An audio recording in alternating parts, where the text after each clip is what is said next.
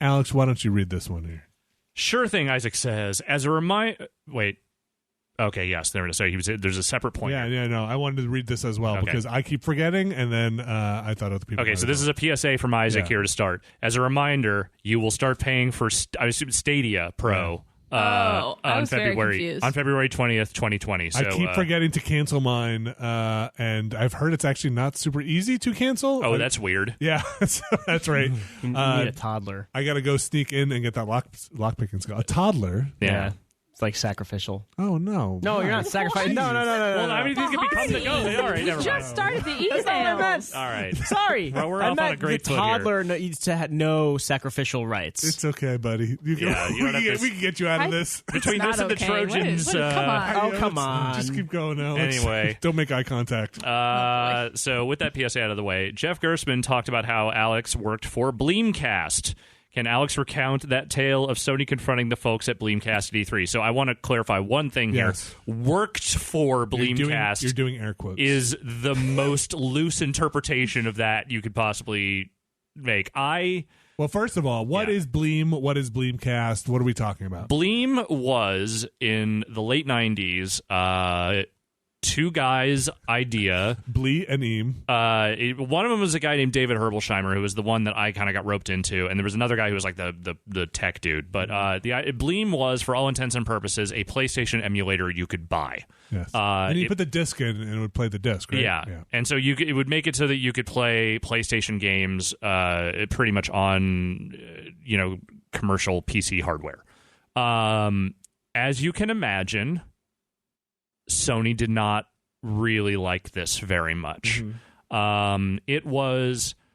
So my involvement with this is extremely barely existent. I was friends with Glenn Rubenstein, who I'm sure Jeff has... If you've heard Jeff talk about old days in video games, you've heard about Glenn at one time or another. But he was a writer at GameSpot at one time.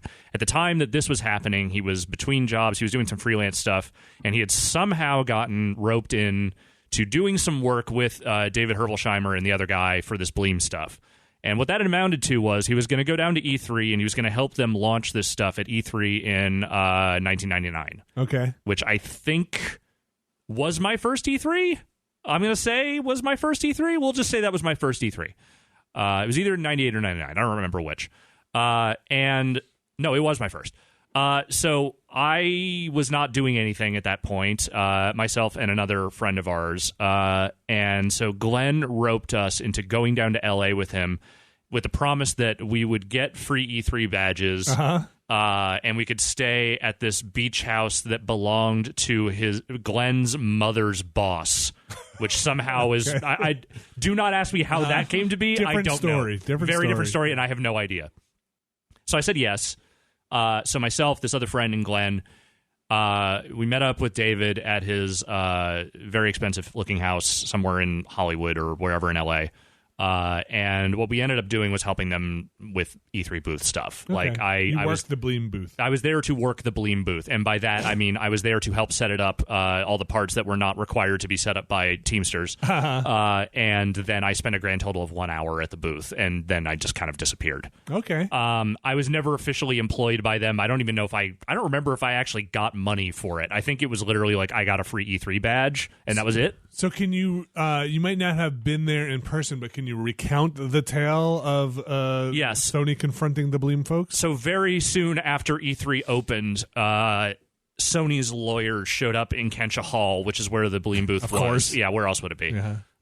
And threatened them, which required them to shut down the booth for at least a period of time. I can't remember if it was for the whole show or if it was just for that day. Whatever the case...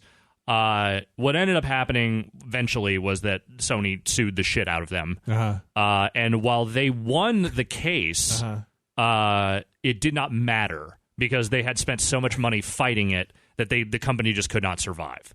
So somewhere in the middle of all of that, they also made Bleemcast, which was a Dreamcast emulator, which also was a comically doomed product in the sense that no one needed an emulator. You could just pirate all the fucking games.